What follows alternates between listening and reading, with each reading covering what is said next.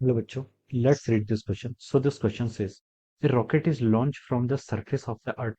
The data for the speed of the rocket at two heights above the Earth's surface after the rocket engine has been switched off is given as, okay, height given है आपको और आपको speed given है, okay. The Earth may be assumed to be a uniform sphere of radius it's 6.38 into 10 to the power 6 meter with its mass m, capital M, concentrated at the center. The rocket after the engine has been switched off has mass small m, okay. Write down the expression in terms of capital G, capital M, small m, H1, H2, and R for the change in gravitational potential energy of the rocket. Second is M V1 V2 for the change in kinetic energy of the rocket, okay. तो चलिए बच्चों, अब हम इस question को start करते हैं। तो देखिए बच्चों, इस क्वेश्चन का की कॉन्सेप्ट आप क्या लिख सकते हैं, the key concept of this question. इस क्वेश्चन में देखिए हमें क्या बताना है, इस क्वेश्चन में हमें एक्सप्रेशन फाइंड आउट करना है। किस किस का एक्सप्रेशन फाइंड आउट करना है? फर्स्ट पार्ट में लिखा है देखो, change in gravitational potential energy, और सेकंड में आपका change in kinetic energy of the rocket, okay. तो इस क्वेश्चन का की कॉन्सेप्ट हम क्या लिख सकते हैं, देखिए ग्रेविटेशनल पोटेंशियल एनर्जी लिख सकते हैं। क्या लिख सकते हैं आपका? ग्रेविटेशनल पोटेंशियल एनर्जी, या फिर हम क्या लिख सकते हैं, काइनेटिक एनर्जी। क्या हो जाएगा आपका? ग्रेविटेशनल पोटेंशियल एनर्जी और काइनेटिक एनर्जी, ये क्या हो जाएंगे इस क्वेश्चन के आपके की कॉन्सेप्ट हो जाएंगे, ओके। तो देखिए बच्चों, ग्रेविटेशनल पोटेंशियल एनर्जी होता है क्या? ग्रेविटेशनल पोटेंशियल एनर्जी को हम डिफाइन करते हैं minus G into M, M divided by r, okay. This is the formula, mathematical formula for the gravitational potential energy, okay. अगर कोई ऑब्जेक्ट आपका क्या है, r डिस्टेंस पे फ्रॉम द, अगर किसी ऑब्जेक्ट के m, m क्या, capital M is the mass of the planet, जिस प्लेनेट के कारण आपका फोर्स लग रहा है, और ये स्मॉल m क्या है, this is the mass of the object जिस पर हम क्या बता रहे हैं, आपका ग्रेविटेशनल पोटेंशियल एनर्जी कैलकुलेट कर रहे हैं, ओके। तो इसका जो जो ग्रेविटेशनल पोटेंशियल एनर्जी का एक्सप्रेशन होता है, वो आपका किसके इक्वल होता है? Minus G M M by R, okay. या फिर हम लिख सकते हैं, this is the amount of work done against the gravitational force. Gravitational force के अगेंस्ट आपको जितना वर्क करना पड़ता है, okay, to bring a particle from infinity to a position r vector, okay.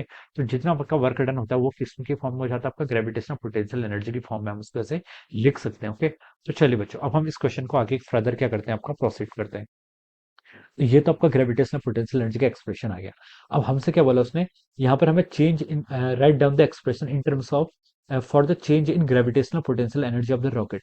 Rocket की change in gravitational potential energy का हमें यहाँ पर क्या बताना है, एक्सप्रेशन को बताना है। यहाँ पर आपका to different height H1 and H2 क्या क्वेश्चन में गिवन कर रखी है, ओके। देखिए बच्चों, U1 क्या लिख सकते हैं हम? U1 आपका हो जाएगा minus G M M divided by R plus H1, okay. This is the, ये आपका क्या होगा, this is the our gravitational potential energy at a height H1 above the surface of the earth, okay. जब वो H1 height पर होगा above the surface of the earth, तब उसकी ग्रेविटेशनल पोटेंशियल एनर्जी ये होगी। और जब वो H2 हाइट पर होगा from the surface of the earth, तो उसकी ग्रेविटेशनल पोटेंशियल एनर्जी कितनी होगी? Divided by R plus of H2, okay. This will be the gravitational potential energy, आप इसको यहाँ पर से ऐसे लिख सकते हैं, ओके। अब देखिए बच्चों, यहाँ पर आपका देखिए H2 क्या है, ग्रेटर देन H1 है। H2 और H1 में क्या है? H2 ग्रेटर देन H1 है। अगर हम यहाँ पर change in potential energy find out करेंगे, तो चेंज इन पोटेंशियल एनर्जी किसके इक्वल होगा आपका? देखिए U2 माइनस U1 लिख लीजिए, ओके। फाइनल माइनस इनिशियल अगर आप यहाँ पर फाइंड आउट करेंगे, तो देखिए ये कितना हो जाएगा आपका? यहाँ से हम इसको लिख सकते हैं, देखिए minus G small M divided by कितना हो जाएगा आपका?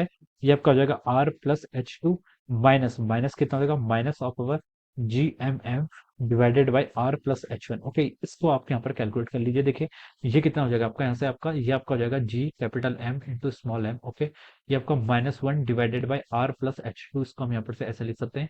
ये आपका प्लस हो जाएगा, आपका हो जाएगा R plus of over H1, okay. इस टर्म को हम यहाँ पर से ऐसे लिख सकते हैं, ओके। अब देखिए ये आपका क्या आ जाएगा, this will be the expression.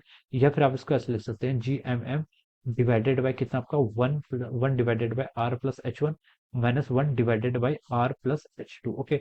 ये एक्सप्रेशन भी आपका यहाँ से इतना आ जाएगा, okay. So this will be the change in gravitational potential energy.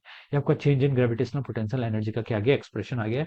This is the answer of our part one, okay. अब देखिए सेकंड पार्ट में हमसे उसने क्या बोला है, देखिए बच्चों, सेकंड पार्ट में हमसे बोला कि M1 V1 V2 for the change in kinetic energy of the rocket. हमें change in kinetic energy of the rocket का एक्सप्रेशन में यहाँ पर फाइंड आउट करना है, ओके। तो देखिए change in kinetic energy of the rocket को हम डेल्टा ई के लिख लेते हैं, okay. This is the change in kinetic energy of the rocket. ये किसके इक्वल हो जाएगी? आपकी initial energy minus of final, okay.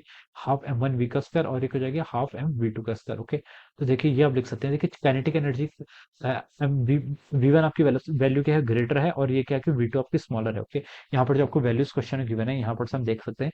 तो हम चेंज इन काइनेटिक एनर्जी को यहाँ पर से इस तरीके से लिखेंगे, ओके। तो ये कितनी हो जाएगी, देखिए आपको, आप इसको क्या कर लीजिए, हाफ एम वी टू का स्क्वायर माइनस ऑफ v1 का स्क्वायर। ओके, ये लिख सकते हैं। देखिए जो वेरिएबल्स क्वेश्चन में हमें गिवन है एम v1 v2, इसी टर्म में हमें आंसर भी लिखना है। ओके, तो ये जस्ट क्या हो जाएगा, this will be the answer of this question. हमें जस्ट यहाँ पर एक्सप्रेशन फाइंड आउट करना है, तो सो this will be the answer of the part A, this is the answer of the part 2। Okay, so I hope you all understood this concept. All the best and thank you so much.